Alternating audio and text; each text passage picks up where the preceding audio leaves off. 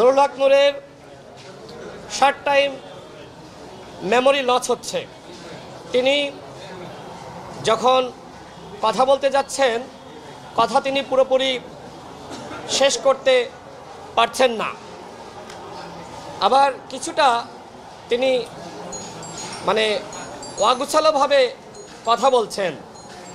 এই জায়গা থেকে আমাদের কাছে মনে হচ্ছে যে তিনি আসলে শর্ট টাইম মেমোরি তিনি লস করছেন। যেমন তিনি 2 ঘন্টা আগেই ওষুধ খেয়েছেন, কিন্তু তিনি ভুলে যাচ্ছেন যে আসলে তিনি ওষুধ খেয়েছেন কিনা। এছাড়া তিনি যখন কথা বলছেন তখন কথার মধ্যেই অনেকটা ঘুমিয়ে পড়ছেন। যারা তার পর্যবেক্ষণে রয়েছে, পরিবারের সদস্যরা এবং নার্স, তাদের সাথে কথা বলে আমি এমনটাই জানতে পেরেছি। এবং নুরুল হক নূর যখন ওয়াশরুমে যাচ্ছেন বা ঘুম থেকে উঠে তিনি নাস্তা করবেন, নাস্তা বলতে তাকে তো আসলে শক্ত খাবার খাওয়ানো যাচ্ছে না, তরল খাবার। তিনি নিজের পায়ের উপরে ভর দিয়ে দাঁড়াতে পারছেন না, অর্থাৎ তার নিজের দেহের উপরে নিজের ব্যালেন্স নাই।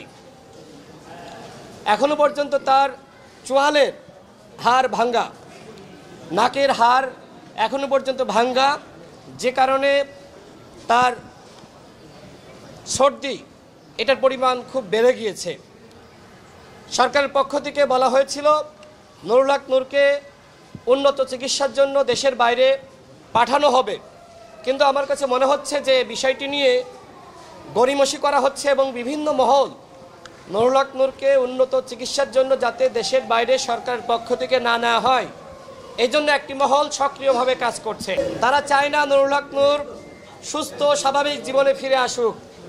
যেটি মির্জা আব্বাস ভাই বললেন, পরিকল্পিতভাবে ছাড়া কোনোভাবেই এই ঘটনা ঘটতে পারে না। তিনি নিজেই তো আপনাদের সামনে বর্ণনা করলেন যে তিনি নুরুল হক নূরকে কী অবস্থায় আসলে দেখে আসলেন। নুরুল হক নূরের অবস্থা এখনো পর্যন্ত আশঙ্কামুক্ত নয়। নুরুল হক নূর তিনি এই প্রজন্মের অন্যতম একজন জনপ্রিয় নেতা। জুলাই গণঅভ্যুত্থানে তার ভূমিকা আপনারা সকলে জানেন। নুরুল হক নূরকে দিয়ে শুরু হয়েছে, এরপরে অন্যান্য যারা আগ্রাসন বিরোধী নেতা, যারা জুলাই গণঅভ্যুত্থানের নেতা, একে একে তাদেরকে এইভাবে মেরে আইসিইউতে পাঠানো হবে।